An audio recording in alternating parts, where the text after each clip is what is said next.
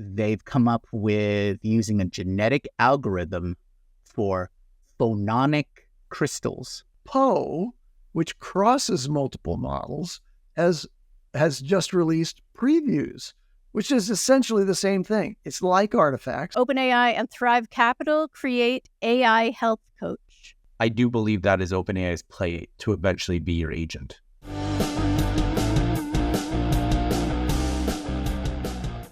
Hey, what's going on, everybody? Today is Wednesday, July 10th, 2024, and you're watching the Daily AI Show live.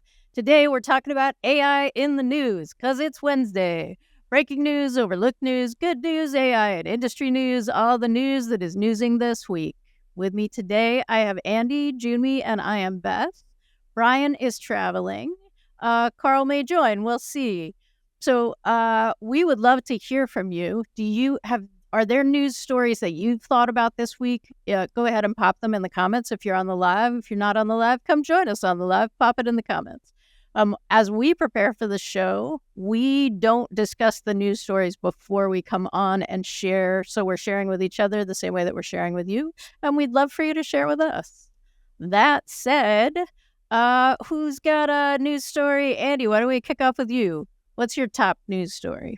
Okay, I'm pretty excited about this one. So we've been talking on the show about the progression toward artificial general intelligence broadly, but more importantly, the approximation of what a real live worker does in the form of a virtual employee that has not only reasoning capabilities, but agency and the ability to basically perform like a remote worker would and do all the kinds of things that a human employee would be able to do right inside your company. All right, so this is also in the class of what? I didn't even know this company existed, but it's pretty substantial. So the simple news is that a company called Hebia.ai, Hebbia, that I'd never heard of, raised 130 million Series B from Andreessen Horowitz, Google Ventures, and Peter Thiel. All right, so 130 million Series B is an important step. Now, in the terms of, like, I track where funding goes in the world of AI, and you start out with a seed round. Like a seed round is, okay, we're going to give you a little bit of money to see if you've got something. And if you've got something, then that becomes, a Series A round. Now, if your Series A creates a proof that this is a real thing and it's going to go somewhere, you'll get a Series B. And then ultimately, the more successful companies get Series C and so on. So this is a Series B for this company that I've never heard of. Okay, what do? Well, first of all, they're already deployed at scale at the world's leading asset management companies, law firms, banks, and Fortune 100 companies to the degree that they represented 2% of OpenAI's daily volume. 2% of OpenAI's daily inference volume. Okay, so here's what they say they do. There's not a lot to see on their website. It's basically just the release that they have this Series B. So this has been a kind of a cloaked company to some degree. They don't get a lot of press, obviously. Okay, we believe AI, I'm quoting here, should be more than a transactional chatbot. It should be able to work like a human. We've built an AI that works the way you work, and we have a new interface that shows its work. Designed for the knowledge worker, Hebbia lets you instruct AI agents to complete tasks exactly the way you do them. No task too complex, no data set too large, with the transparency of our new UI, which looks like a spreadsheet. All right, so this is amazing because it's really in alignment with what we've been saying. So here's the confirmation, the validation of the vision that AGI is actually going to happen in vertical ways before it reaches a horizontal, all-comers, general purpose, artificial general intelligence. So here's AGI, which is like creating a replicant of a human's ability to plan and reason and execute tasks without a lot of direction. That's happening in this vertical, which is really focused largely at the outset on data analysis. And I actually can share my screen here quickly to show you just a glimpse from a Vimeo that you can see on a link from their website. Great. And you can see that it has columns and rows, but all of these have been generated by the AI in response to just a simple request like you might give to an intern to, and analyze our portfolio companies. In this case example, of course, is pitched towards asset managers and venture investors and all that sort of thing. But this AI will do pretty complicated analytical work for you. So you've got a data analyst in your team that is working like another human in the team might and delivers responses like this. And this outcome was literally done not by a single step where it generates the spreadsheet, but by an agentic process behind the scenes that first decided, okay, if I'm going to analyze our portfolio companies, what should I present? What are the data that I should present? And what will make sense? And then it presents this. So lots more to learn about what Hebbia is doing since they've just come on the radar screen, but definitely about agents and definitely about AGI being applied in a vertical way to data analytics inside a company. And so very promising. Wonderful. Thanks. I have not heard of Hebbia either. So great find. Jyunmi, do you have what's your top news story? Ooh, top news story. Okay, well, I've got two. I've got two prepared for today. Number one is a company called DreamFlare. TechRich talked about them today. They tout themselves as a studio for AI-generated video. So essentially, they've started up a service that they want lots of creators to join and create AI-generated content, and then subscribers can subscribe to that content and experience various narratives and things like that.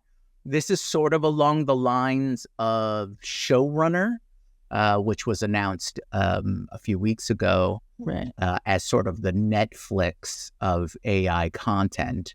Both of these are very early. DreamFlare combats the negative information or negative news around AI in Hollywood and taking jobs and things like that by saying we're creating a platform that allows creators to get compensated and things along that line. After just a quick view of the site, it does look like they have of course their best content presented and things like that. They're sort of set up like a fancy Patreon. They have different subscription levels, right? And the higher your subscription level, the more behind the scenes and information and conversing with the creator and their process and things like that, you get more access to the creator. So not exactly sure how that's going to play out, but I find it really really interesting that there's a couple of players in this area trying to monetize AI generated content, when up to this point it's just been really, let's try out some new tools and see how it works and things like that. So that's the first one. I'm hoping that as the technology gets better and the creators get more time with the tools, we'll see some really interesting applications of AI generated imagery, video, audio, that kind of thing. Right now, it just seems to be all video related, but I'm wondering if there will be a music market and, things like that. Another platform that might be similar to it is Hebia.ai. which is sort of supposed to be an open platform of just AI artists being able to put up their content for people to view. The second story, which kind of boggles the mind and sort of scratches that sci-fi itch, is the University of Tokyo announced that they've come up with using a genetic algorithm for phononic crystals.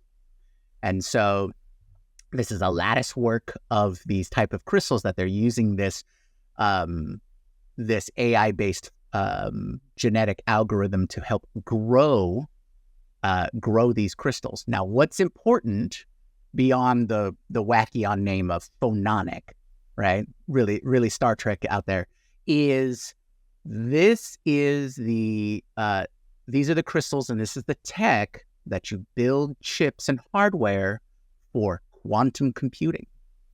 So they develop a process using their algorithms to test various lattices and different builds to grow these crystals in different ways to help process information for quantum computing. So I thought that was super interesting. Since they'll have this new method, if it plays out over time, is easier or quicker development of quantum computing and along those lines. So those are the two big ones I have. I thought those were the most interesting. And of course, Samsung's having their event today, so I'm sure there's lots of news coming through there. So one of the conversations that we're having in the live chat is about Root LLM, which is something that's now being talked about on X. And I would just like to note that that our chat, filled with really amazing people, was talking about it yesterday. So if you really want to know what Twitter's going to be talking about tomorrow, come and hang out in our chat. Root LLM is something that is basically a comparison tool that allows you to decide what LLM you're going to put something to based on its capability and how much it costs for the thing, for queries and generations. This sounds like something that users are able to access. OpenAI, we think, has something like that on the back end because they talked about it. They made it accessible. Like there was a button that you could turn on. Yes, I'm willing for you to route my query wherever you think it's best. That all disappeared behind the scenes like a second and a half after it was revealed. So we're just kind of assuming that that's still happening. Yeah, awesome. Something tied to that is Anthropic announced that they opened up a playground for prompt engineering or prompt development, right? Yes. I saw that. I thought that was pretty cool. So it's sort of like OpenAI's playground, in which it's an environment where you can test out your prompts and system and all those kinds of things. But the feature that I liked from the announcement is that you could test multiple outputs of your prompt, right? Yes. So you can test multiple versions of it at one time and see which one you're going to get the best results out of. So I think that might be really, really useful for people to, developing their prompts down the line. Right. And major advance there, and one that we've seen in orchestration tools like Vellum that allow that sort of side-by-side A, B, C, D comparison of multiple prompts against multiple models. So you have a matrix of outcomes, and you can evaluate automatic evaluation of the quality of each of those outputs so that you can decide which model and prompt combination, works best for your particular application or that particular query. Yeah. So all of these things are converging. I'm glad to see it being made available by, is it Anthropic? It's a new Anthropic playground. Very good. Okay. Kind of related to this is, Anthropic came out with artifacts. And so Beth, you have this one. Go. Speaking of Anthropic, absolutely. they made it possible to now share your artifacts creation. And we talked about artifacts a week and a half ago, maybe. We'll try to put a link in the show notes when we go back and see what we talked about. But now they've made it possible for you to share your artifact creations with other people. And even more cool, you can publish them and then other people can remix them. This was all over X yesterday with people like, hey, I threw this together. I'm putting it out. What do you want to do with it? Right. And just watching people get really excited, both as like being able to come into a project that's already working and just add a new idea. That's really fun. But it's also so fun to be the person who's created the project and let it go and then just watch what happens. What are people building on it? It's such an important feature of being able to engage with AI in a meaningful way that is not just your personal productivity, right? Like this has such implications for business when you are working in a department or whatever. Yeah, Andy. And an extension of that, a whole trend that we're observing where, code-driven outputs can be seen right in the conversation with the chatbot, which is what Artifacts is. Now you can kind of lift that code presentation out of there, like it can be an interactive module, and you can share that. Well, then Poe, which crosses multiple models, has just released previews, which is essentially the same thing. It's like Artifacts. You get a preview, but now you can do it with OpenAI's models or even with open source models. So Artifacts and Poe previews are both examples of this ability to use an LLM as an assistant to generate some kind of interactive operating code, in effect, that creates visualizations and people can interact with, and then release those into the wild, so to speak. Mm-hmm.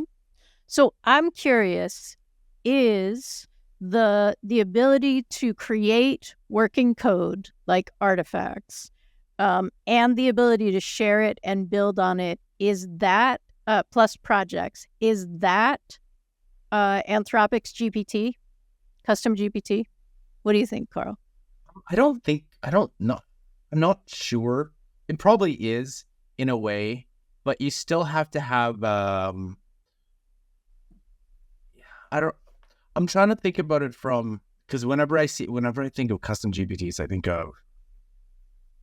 I do believe that is OpenAI's play to eventually be your agent, because it has all the features to it. I'm not sure Artifacts yet, if that's, I don't see all the additional to have to be that. So am I thinking, is it just to copy a copy a custom GPT, allowing it to share and stuff?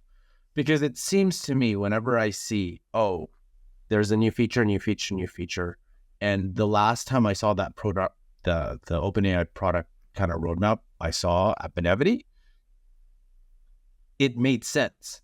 Some of these things I'm just not sure yet. And maybe it is that roadmap, but I don't think it has all the features yet to be that. And it could be something completely different. And it's really neat that you can share your artifacts. I just think that with Claude, the one missing feature still is be able to search online. Mm-hmm. And that's like pretty big piece, which I think still Perplexity is the big piece. Like that's what I use for most of my searches. Even though ChatGPT search is pretty decent, it's much better than it was before. So that'd be a really cool feature that Claude could have. I just don't know how they'd implement it because they don't have that.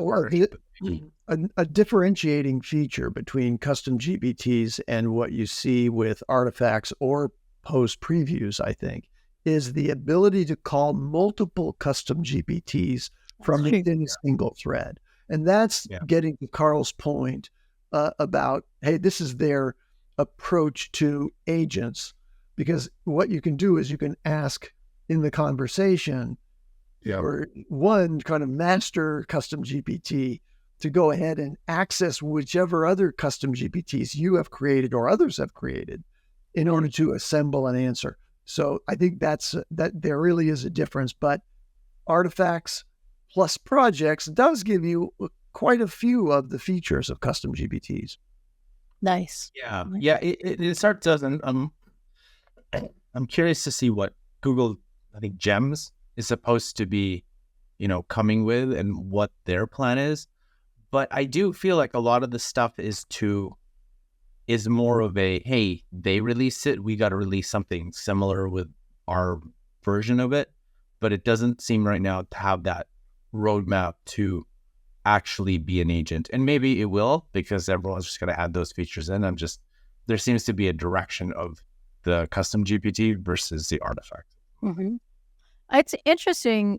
I just want to make another comment and then we'll go to another news story. But I think it's interesting that that Anthropic is still not searching the web, right? That's clearly an intentional design choice. Maybe it isn't, though, because if you have a partnership with Bing, it makes it so much easier. What partnership would they have? Unless it would be pretty big if they partner with Perplexity, but Perplexity wouldn't matter. Like, you can access all the models there. So it'd be, what would they? How would they? They'd have to build it straight up themselves. Right. It just seems like that's the piece that is that they're missing. But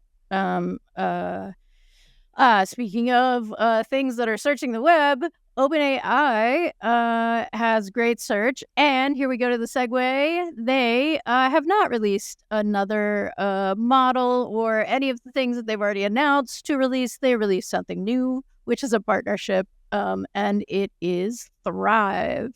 And let me pull it up. Does anybody have more info? Here we go.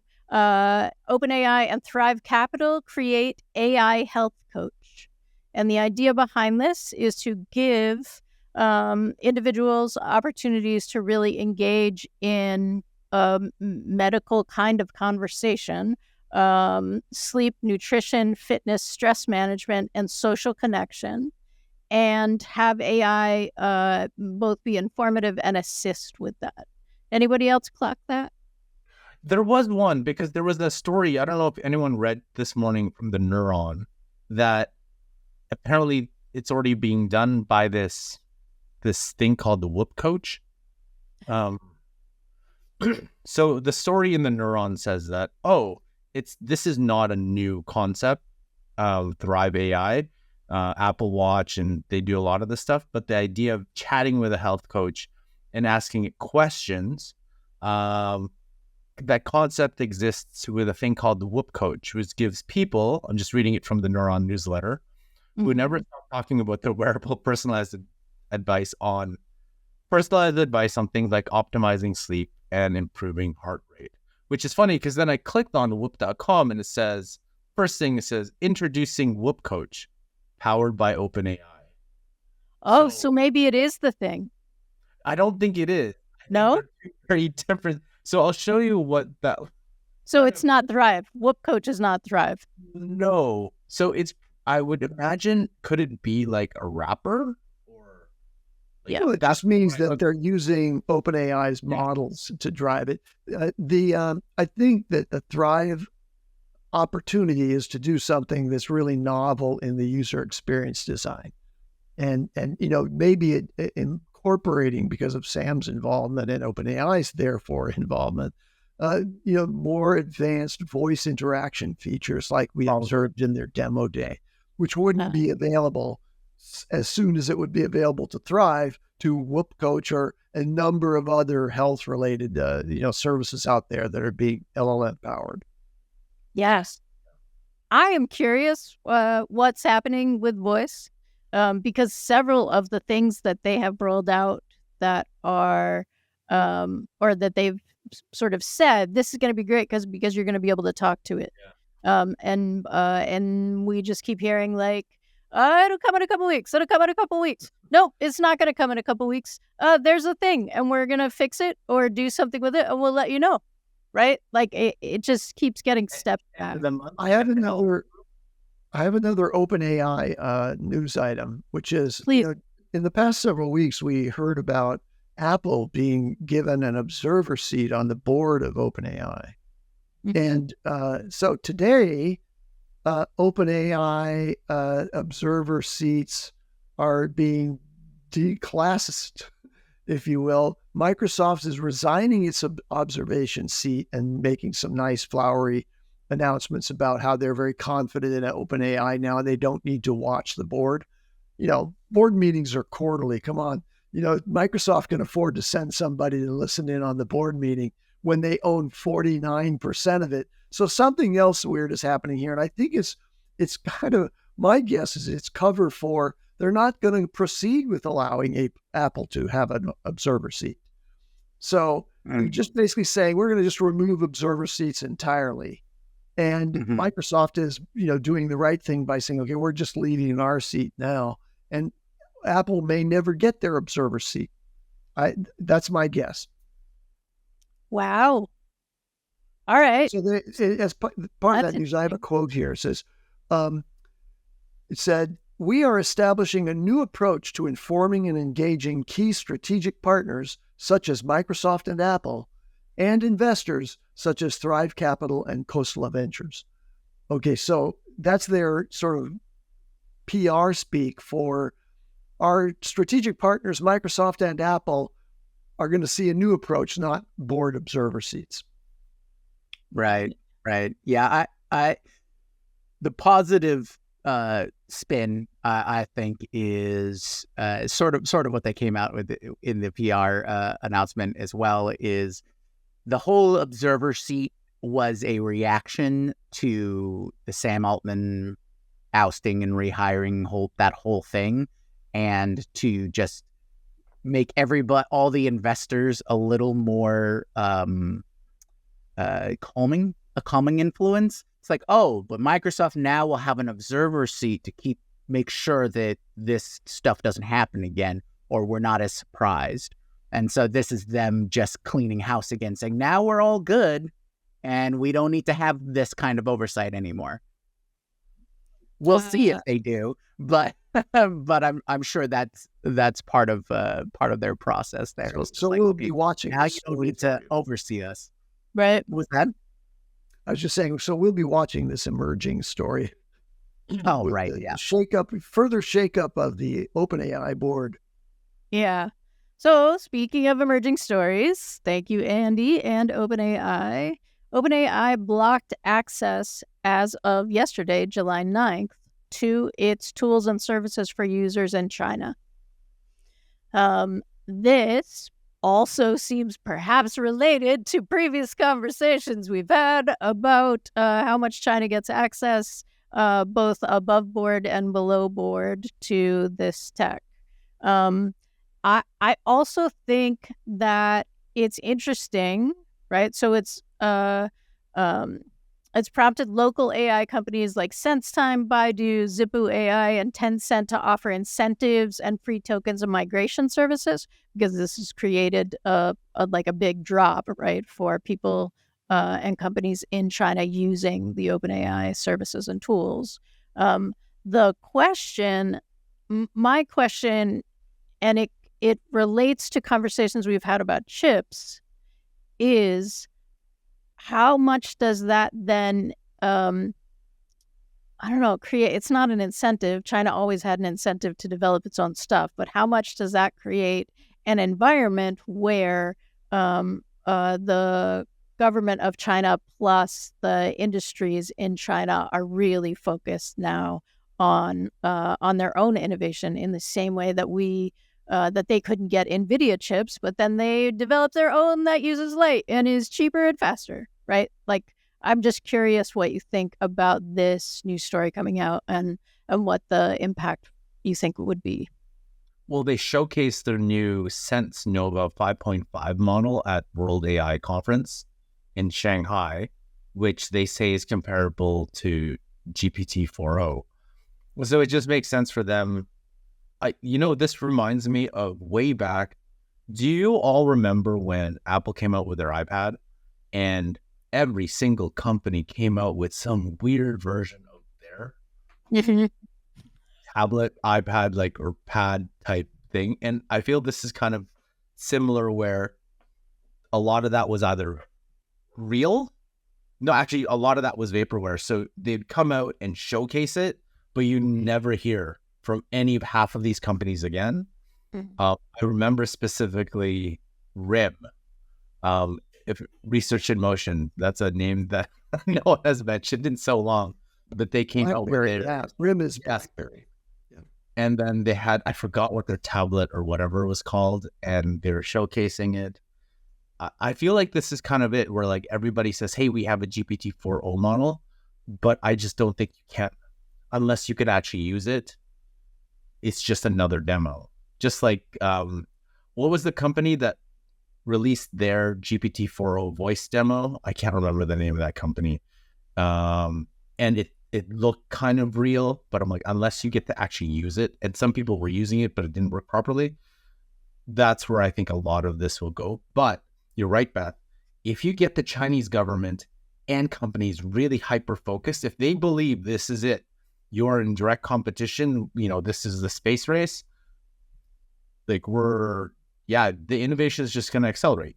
It will happen, because now people are really focused on this is what we want to do, and all the resources of the government and companies will be on this. Yeah. And it is, right? It is clearly moving forward. These are the next frontiers in this kind of context, right? That does raise, and I would love our people who are on our live show right now, and those after the fact, love to hear your thoughts, because we talk a lot about regulation, copyright rules. Well, I don't think the same copyright rules and regulations would really be for Chinese AI companies. Are you going to sue them? Is the RAIA going to sue them? No, they can make anything they want. And the type of regulations we may have in North America probably won't be. And if they can get something the same, or maybe not the most bleeding edge model, but just a little bit, think about that in a year. That even though they're just a tiny bit behind, it opens everything up for everybody. So the cost of intelligence is going to go, I think who said it? It's going to go to zero. Yeah. Everybody will have it. So Logan Fitzpatrick just posted about that as well. And the idea that in some ways, moving the cost of intelligence to zero is really moving the cost of intelligence to the companies that have war chests, because startups aren't going to be able to not have profit for a period of time if everything's moved to zero. And Logan Fitzpatrick is now with Google, moved from OpenAI, and that's how I took that statement. What's like, have you seen our giant warehouse of money? But yay. One last news story that I have is Japan's defense ministry released a basic policy on the use of artificial intelligence in military applications, and aiming to tackle recruitment challenges and keep pace with global leaders. So China and the US are definitely up there. Israel probably too. But one of the things that is in this defense policy is completely ruling out autonomous lethal weapons.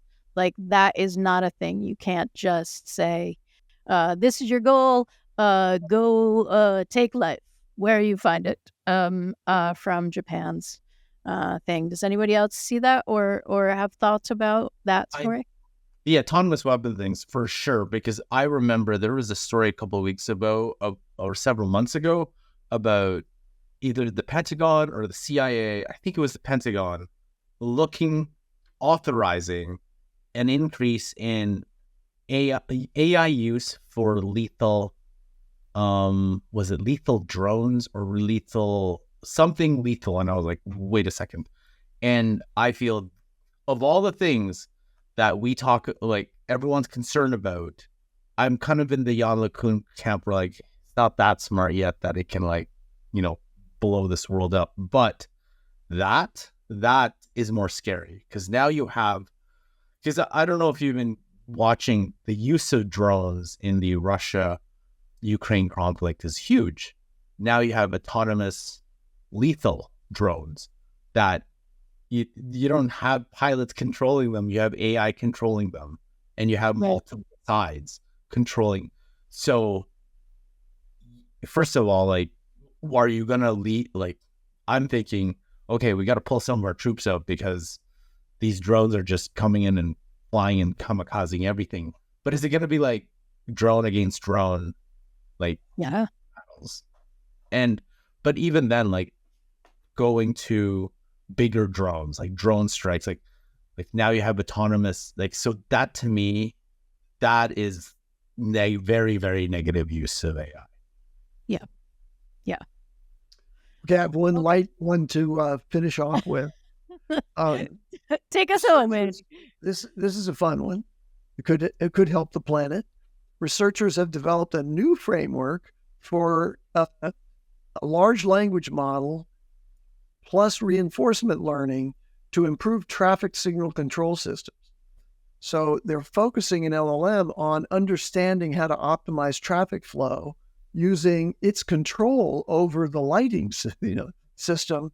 And we've been expecting this. I've been expecting this. I think, well, where are the smart traffic control systems? And they do exist. I'm sure in certain cities, they must have deployed something that has, an idea that, between these hours, I want to have these lights go longer, and that'll help with the commuting imbalance and so on. But now imagine an LLM that can see in real time what the traffic backlog is at every intersection and figure out how to adjust the timing of the lights so that it releases and restores flow as soon as practical. Yay! That's a good use of AI right there, just to counterpoint the autonomous lethal drones that are absolutely. That's AI making your life potentially better every day. Has nothing to do with spelling or responding to emails. Like, make my commute shorter. All right. So thanks everybody for joining us for today's show. We have a newsletter. You can find us at thedailyaishow.com. If you haven't liked and subscribed, we would love if you did, because it really helps us out. And we love having new members in our community. You guys are wonderful. Tomorrow, we're having a conversation about LangGraph and agentic frameworks. And Friday, we'll be talking about Runway's Gen 3 model. That is just all over everywhere. And our very own video media expert will be giving us his video media expert opinions. That's Jyunmi. And because I can't help but make the pun, Gen 3 model is making waves, literally, because one of the things that Jyunmi looks for as an expert is how does it handle water. So we'll find out Friday what Jyunmi thinks about that. Thanks, and I hope your Wednesday goes well. See you tomorrow. Aloha.